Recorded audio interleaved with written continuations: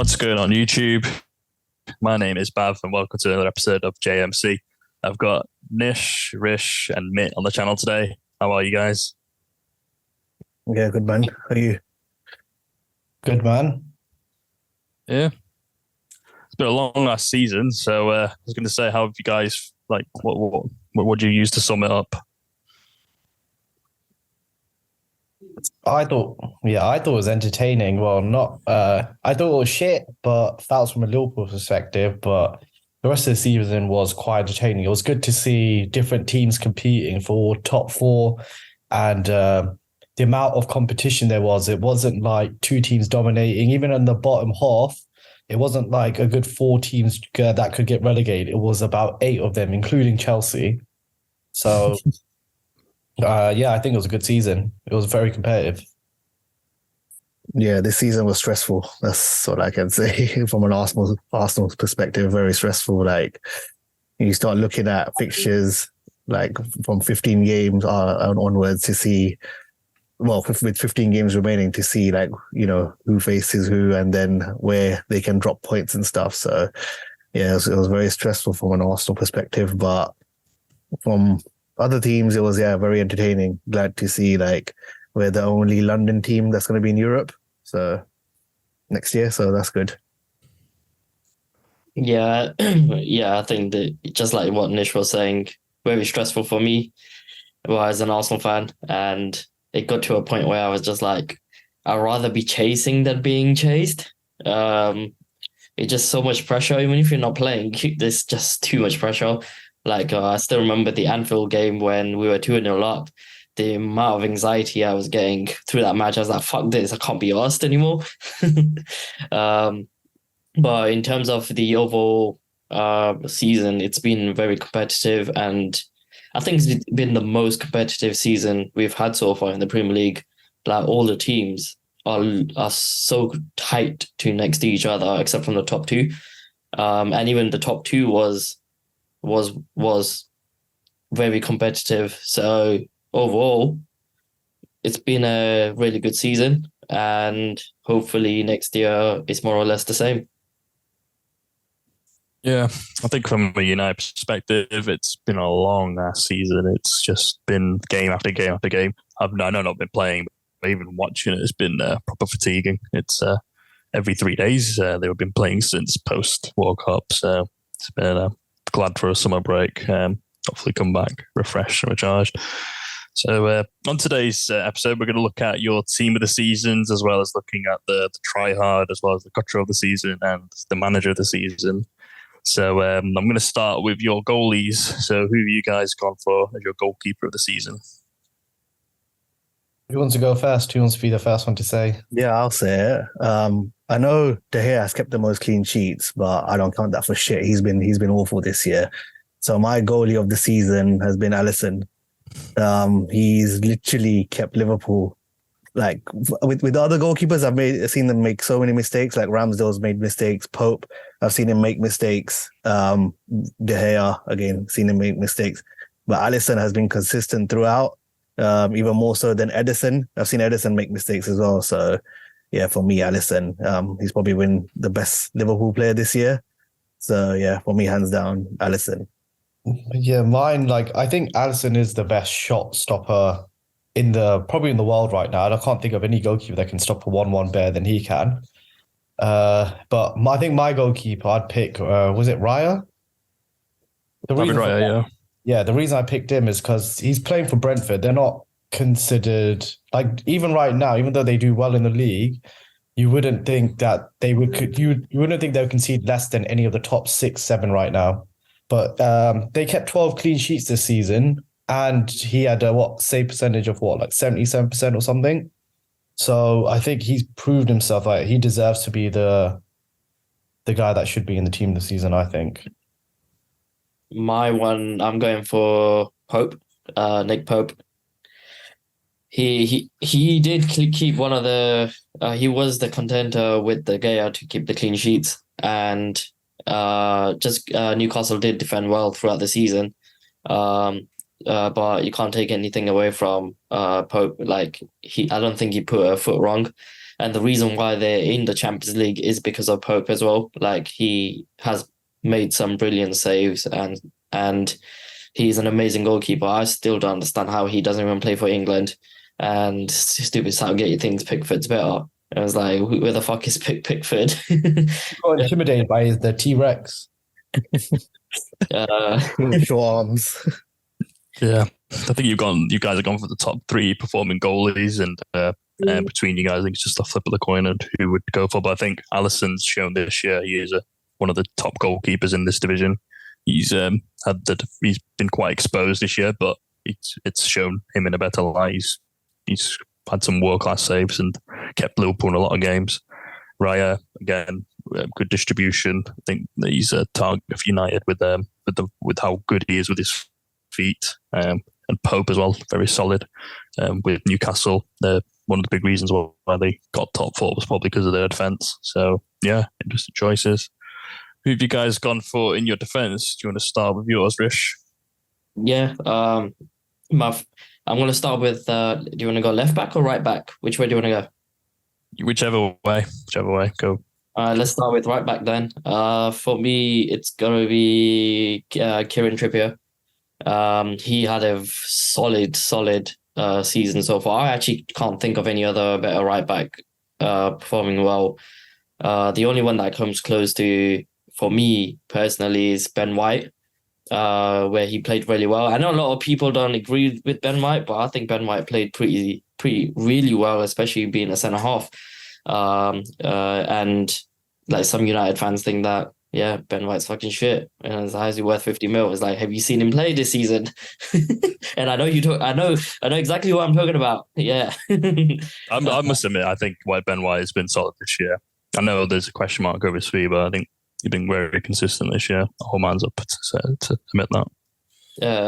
So Kieran Trippier for me, especially when he just come back from the Spanish league, and he's been full and solid, and leadership qualities as well that he's been showing across the field as well. Because I think he is one of the reasons why they've qualified for Champions League.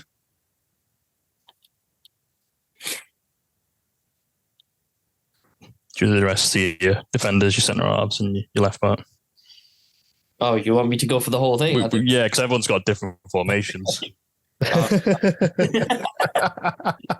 He's here just waiting, like, oh yeah, is everyone? I was waiting for you lot to do what's your formation anyway? Is it 4 at the back? I don't fucking know my formation. 4//. William Saliba is my second. He's my second defender. He was solid, and you can actually see how Arsenal collapsed as soon as he disappeared from the team. And especially for a young guy, he was brilliant. And the way he controls the ball, the way he's composed, the way he's good with his feet, the way he passes that ball out, like you compare his qualities to that shithole that we have in Rob Holding, you can see the quality drop so much. And Partey had to come and do the job for him to do a simple pass. That's how much of a quality that Saliba brings through, because he also has that good diagonal passes, that little through ball that he does. He's actually very, very, very good centre half. So I'm actually Arsenal, fucking sign him. I don't care. Pay him 250k if he wants. And my other centre back, because I think I'm going for three defenders only, is Ake from Man City. Him playing as a left back, like Pep moved away from traditional fullbacks to playing defenders, and I never used to be a fan of Ake when he was playing for Chelsea. Was it Chelsea? And I know he played for Bournemouth, but for Bournemouth it was Chelsea, isn't it? Used to be at Chelsea at the past year. Yeah, he was fucking shit, and I was like, they signed him last year. It was last year that Man City signed him. I was like, what are you not doing? Like, why are you signing Ake? He's kind of shit. But him playing fullback and the way he shot Saka down, for example, I was like, yo, this guy has improved significantly.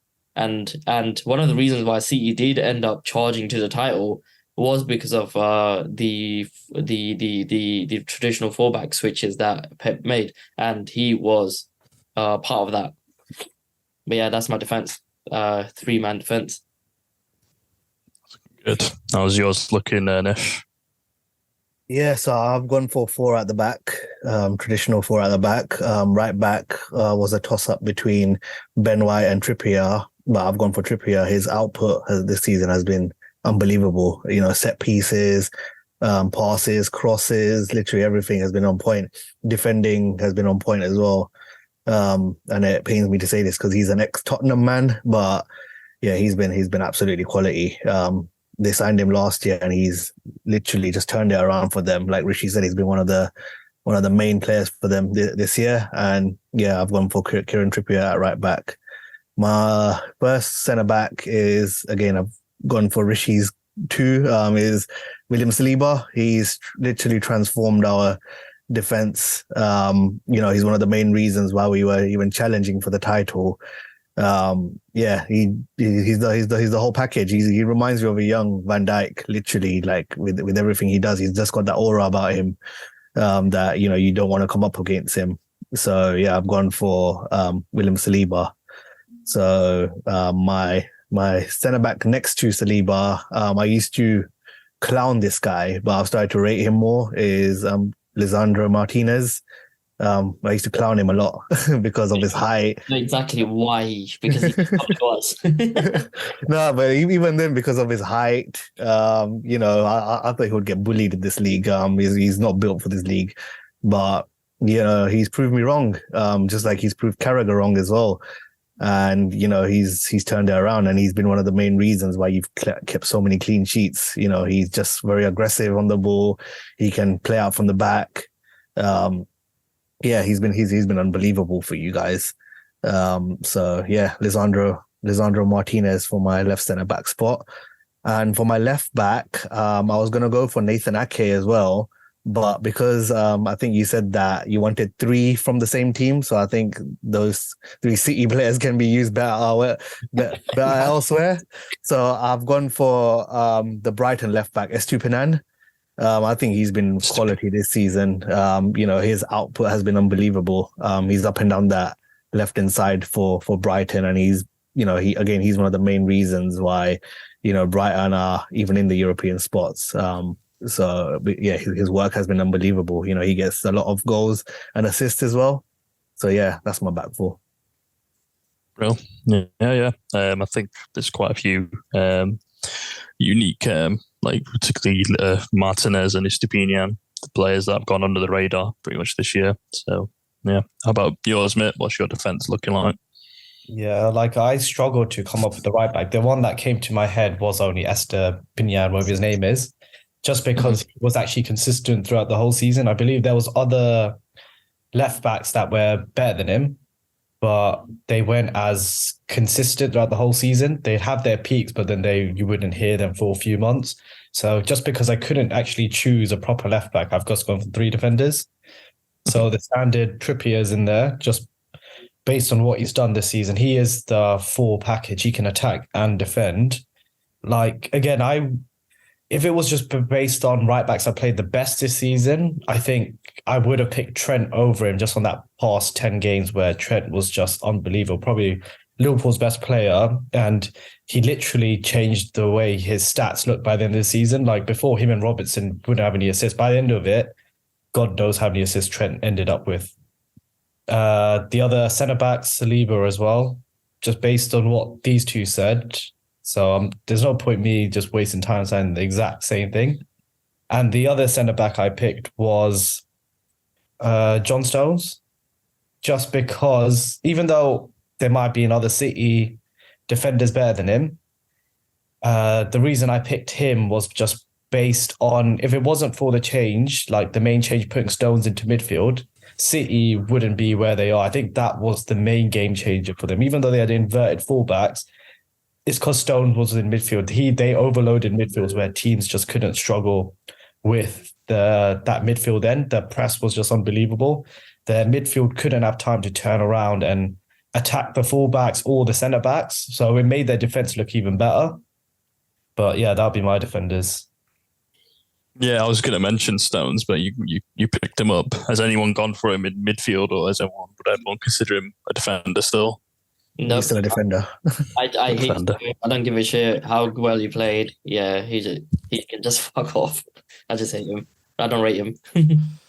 But Diaz, I feel like he's gone a bit under the radar as well for Man City. He put in a lot of solid performances. I don't know about Diaz. I think if they played their normal football, then he would be exposed. I think everyone around him made him look better than he is. If you think about City, don't really need to defend. Their front three and their midfield all do the defending for their team at the high press. The only thing they do is when a hoofball comes, that's when the defenders need to be there just to get back to possession. But I think anyone can still run in behind him. I think he can get really exposed where all the other defenders actually have pace to run him back. Mm-hmm. What about the other half of Saliba, Gabriel? Obviously, it takes two to form a good defence. Do you think he would warrant? Do you think his performance has warranted inclusion, or was he being carried? No, I don't think. Go on. I don't think he was being carried. They complement each other really well. But I just feel that since Saliba hasn't been in the team, Gabriel has struggled a bit. I think if it was the other way around, I think Saliba wouldn't have struggled as much. And I can only count on one hand the amount of bad games Saliba has had this year. With Gabriel, I can name a few bad games, but yeah, like I said, Saliba's like, you have to remember it's his debut season. He's 21, and the way he settled in the league has been like crazy good. Like, yeah, he's like unbelievable for that age for a centre back.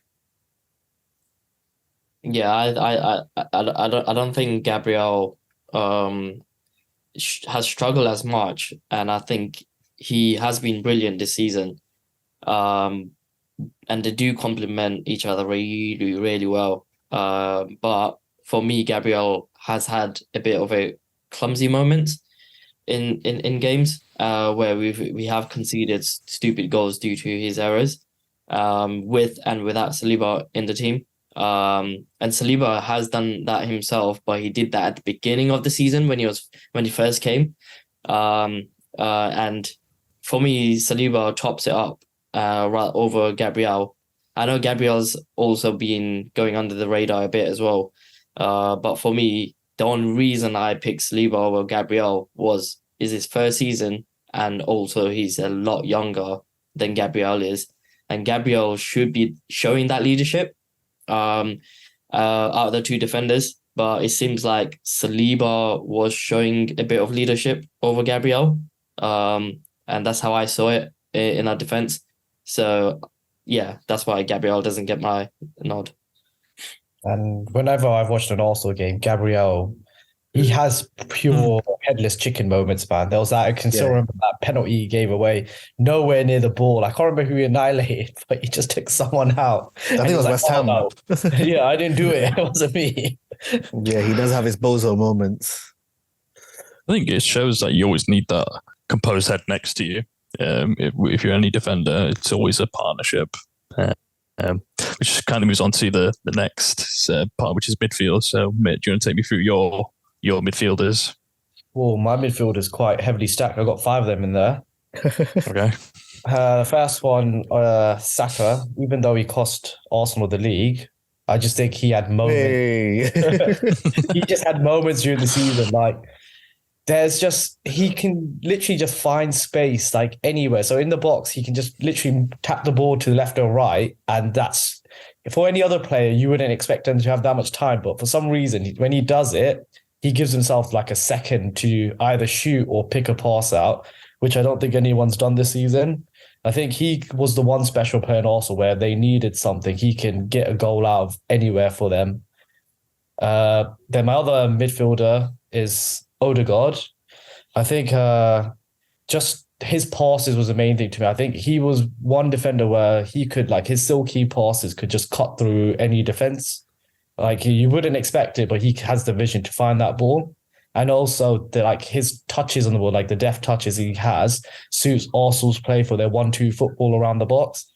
He can find the space, he can make the space, which helped Arsenal score that many goals this season, which made their football look even good. Third midfielder, I think it's Kevin.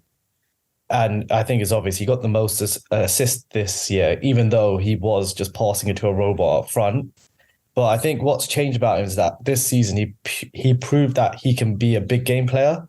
Usually he can disappear during the big games, but this season he got important goals versus Arsenal, both home and away, and against Real Madrid. So I feel like for that he became a key player for City this season.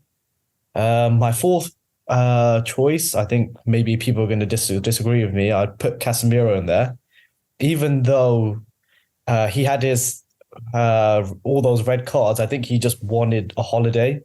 He didn't want to be competing in the Carling Cup or fourth place trophy. He would rather go on holiday or whatever. So that's the reason why I'm giving him where he got the red cards. But I think when I watch him play, I don't think there's a player in the Premier League who's better positioning to him. So whenever someone that tries to pass from their defense into the midfield, somehow he's just always there or close to the ball. Where as soon as that midfielder touches the ball, he's there. And in one touch, he's got the ball back off them. And then the different thing which makes him different to like Rodri or Fabinho is that he can actually pass. He can actually find a touch that chip over defense where Rashford could score. And there's my last midfielder, Rashford. I think this season, during that period, after the World Cup, every single game you would expect him to score. Any shot he took, you would think that's going in. And I don't think, even with Haaland, I wouldn't have expected that for every single shot he took. But yeah, Rashford had a really good season too. Interesting blend there of steel and silk. What's your midfield looking like, Rish? Mine is a bit different to what Mitt says. I'm only going with 4, and I do not have Saka in here, sadly, and I don't think Saka deserves to be on the team of the season. Actually, controversial on that. It actually doesn't. The person that does deserve it is Salah. But we'll talk about my Salah will be my right midfielder. Because without Salah, Liverpool wouldn't have been able to challenge for the top 4. And if you look at his stats, he and Liverpool had a shit season, and I'm just like, how have you scored 20 plus goals in a shit season? And Saka, I know he's young, etc., but Saka, team of the season, has scored way less goals and assists. And this is just Salah doing it week in, week out. And for me, Salah deserves to go there because he actually, even though he's played shit, he's showing that consistency. And for me to get into the team of the season, it's going to be consistency. And Saka has now shown that for me. So sorry, Saka. I know you've had a good season, but Salah for me. My left midfielder is going to be, this is a tough one, because it's either Martinelli or Grealish. I don't know which one to go, because Grealish played amazing. But you know what? I'm going to go for Martinelli, because Martinelli deserves to be on my team of the season over Saka. And it's not just because of because of the amount of goals and assists, because they did very similar things. But the difference is I saw Martinelli being a bit more consistent on game-by-game basis, even though nothing came off. I did see him trying. I see him running, whereas Saka, I saw him dip a bit and things weren't coming off. I think he was a bit exhausted. That's what I think. Arteta's overplayed him a bit. Whereas Martinelli, he got a bit injured and he came back and he started to play score and assist a bit. And for me, Martinelli deserves to be my left mid. My 2 centre mid is Odegaard. He's one of them. And I think I've used all my Arsenal players up now. Odegaard deserves to be my team of the season. Just like Mitt said, the way he that needle of a pass, the way he ticks Arsenal. When Odegaard's on on his game, Arsenal are playing amazing football. Like you can actually see that 1-2 little flicks. He reminds me of his flicks and the way he passes. It reminds me of how Giroud used to do it for Arsenal. Like I know Giroud was a center forward, but I don't think I've seen anyone do one-touch flicks apart from Giroud and Bovitov. That them two were fucking epic at doing those type of passes, and that's what I've seen from Odegaard this season. Like the way he literally would ping that little 1-2 pass with Saka, and that's how Saka basically goes and scores his goals, is because, like Mick mentioned, that Saka's got that extra time, etc. But it's because Odegaard does that pass to give him that extra yard and that extra time. And my other one, which has gone a bit under the radar, Kevin's not on my thing. I think Kevin's had a poor season compared to what he's done in previous seasons. Like his assists have been very similar to Odegaard's. I would have expected better from him. And actually, his assist is being 14 assists, I think, if I remember correctly, and Odegaard scored 14 goals. That's what I remember. And for me, Kevin, I know he's the assist king, but I would expect far more better output, especially when you got that fucking robot up front. Like I would have expected him to be on at least 50 assists or something stupid like that. So for me, it was Gundogan. Like Gundogan's been injured, but he has been scoring the most important goals for City.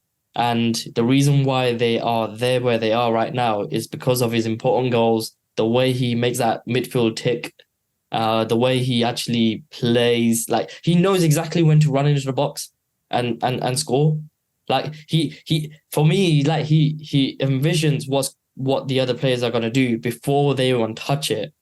Because that goal that he scored just recently against United in the FA Cup final, that volley that he had, I'm just like I'm sure he envisioned that the ball was going to come at this height. He got himself ready.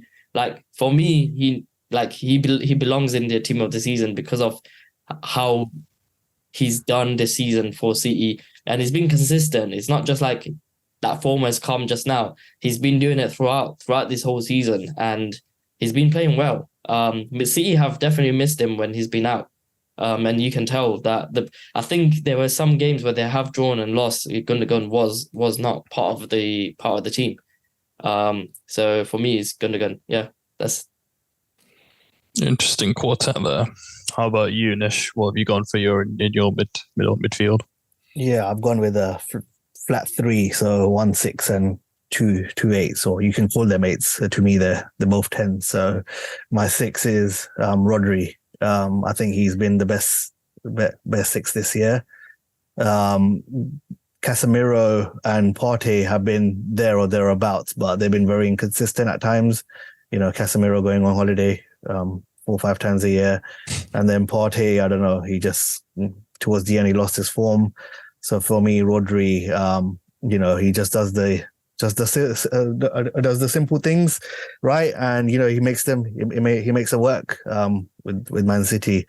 So yeah, I've gone for Rodri, and my 2 midfielders, one of them is Odegaard. You know, these two summed it up. Some of the passes he does has been unbelievable. I remember the pass he did against Brighton away to Martinelli. You know, that vision is ridiculous. So for me, Odegaard for that right hand side, and then for left hand side it's De Bruyne. Again, you know, his passes, his vision. He has turned up in big games this year, like Mitt said, against Real Madrid, against Arsenal twice. And for me is basically those 3, and that's my standard 3. Yeah, so consistent theme in there is Odegaard. But quick note on him: do you think he's become the player that you expected Ozil to be? He does more than Ozil off the ball. I think that's like the perfect description I can give him. He's like he's a bit like Ozil, but he does like more off the ball stuff. Like he presses, he tracks back. That's something Ozil didn't do. Well, not what Ozil was, but what he was expected to be when he came. I don't know, because Ozil did have like a couple of good years. And Odegaard is at the first year he has shined. And he has basically taken this new leadership role as well at Arsenal, being our captain. So that's a lot of pressure as well. So yeah, off the ball, yeah, definitely better than Ozil. Brilliant. And who have you gone for up front, Nish? So I've gone for 3 strikers. One of them is going to be dropping deep, and then 2 up front. So the striker for me dropping deep is definitely Harry Kane. I can't leave him out. He scored 30 goals for this atrocious, diabolical Spurs side. And to do that in itself is amazing. And I hope he gets his move to Real Madrid, because that club is in tatters, and yeah, he needs to leave. And then my 2 up front, obviously, one of them is that robot. There's nothing need to be said about him. He's just a robot. And then my right striker is Salah. I haven't gone for Saka either. This is basically a bit from Jamie Carragher's team. Like, I agree with his team. He picked the same front 3, and I agree with that. Salah has been performing for Liverpool, scoring like so many goals in a total shit year for them. So yeah, for me, that's my front 3: Kane dropping deep with Salah and Haaland up front. Yeah, and what's your front 3 looking like, Rish? My front 3 is very similar to Nish's. You got that beast up front, Haaland. I'm not even going to say anything about him anymore. It's just like everyone knows about him. I'm just going to move on to the next one. Kane deserves to be on my list. He's had a consistent year in, year out, and he's banged in big goals what you expect from him. I don't think his quality has reduced. His performance hasn't reduced. I know Spurs have been playing shit this year. It's just astonishing how many goals and assists he's had. For me, he's the talisman, and Spurs are where they are because of him. And Harry Kane, he just... Yeah, he was an Arsenal fan. He could have been an Arsenal player, but it is what it is. Kane for me. And my last one, on the left side, as a left striker, I got 3 strikers, by the way. Would be Rashford. Similar to what Mitt said, Rashford, he hasn't been consistent, but it is something out of the blue of what he had that period where he just banged in bare goals, and without his input, United wouldn't be where they are right now. And the reason why he gets into it and Saka doesn't, because Saka didn't have that period where Arsenal is struggling and he bailed them out because the whole team was playing really well, etc. Whereas Rashford, he was playing amazing and he bailed United out and get the points that they needed because they had a very bad start of the season, and the only reason why they got top 4 is because of that push that they had after World Cup to get into the top 4 in the first place. And Rashford. And how about you, mate? Who's your front 2? I think it's pretty obvious who my front 2 is going to be.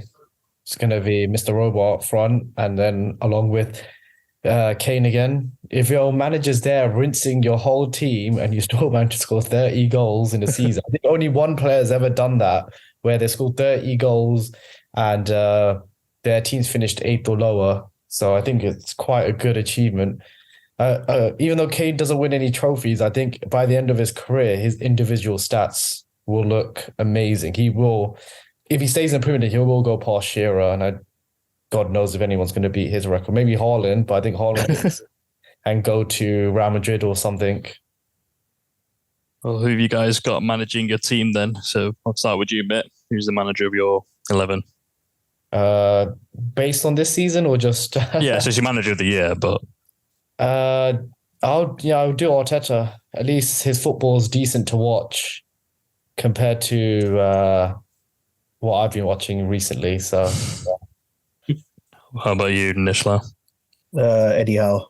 The way he's turned Newcastle around has been disgustingly good. So, yeah, definitely Eddie Howe. for me. How Hopefully, about hopefully, I'm not challenging for the title too soon because he won't be that manager for me. you, Rish? It's got to be. It's between either. What's his name again from Brighton? De Zerbi. De Zerbi. Either De Zerbi or Arteta is one of those two for me. I'm gonna go for Arteta because of what we've achieved this season and what everyone, including myself, thought that we would achieve this year, and we've actually skipped a level. We're a bit ahead of the process, so and that's because of his management style, and it's not just by fluke. It's actually his actual tactician planning, the work that he does every single day. It's actually pretty. You can start to see it becoming. It's actually coming to life now. And just finally, who is your cutthroat and who is your tryhard of the season, everyone? I'll start with you, Mitt. Just for everyone to know, Cutro is like shit, basically. Well, Bob, I liked your choice when you said Richarlison. The guy, if you want to give a definition of that, like you said, the guy that scores one goal but has more assists of taking his shirt off. I think the epitome of him was when he scored a goal in the 90th minute from 3-0 down and still ended up losing the game. How about you, Nish? Who's your tryhard and who's your cutthroat? Well, try hard. I don't even think I need to say it has to be that robot. And my cutthroat, take anyone at Chelsea, any pick. But for me, it's Sterling. There was so much optimism when they signed Sterling, and for him to go there and literally not do anything, have like 1 year holiday, that has to be Raheem Sterling. And finally, Rishi, who are yours? The cutthroat for me, the tryhard is Haaland. I'm not going to say anything about it, but the cutthroat of the season for me is I've got three candidates: is Sterling, Aubameyang, or who's the player that you just admit? Richarlison. Richarlison. Yeah. I think I'm gonna go for Richarlison. Wow, man, he's an idiot big time.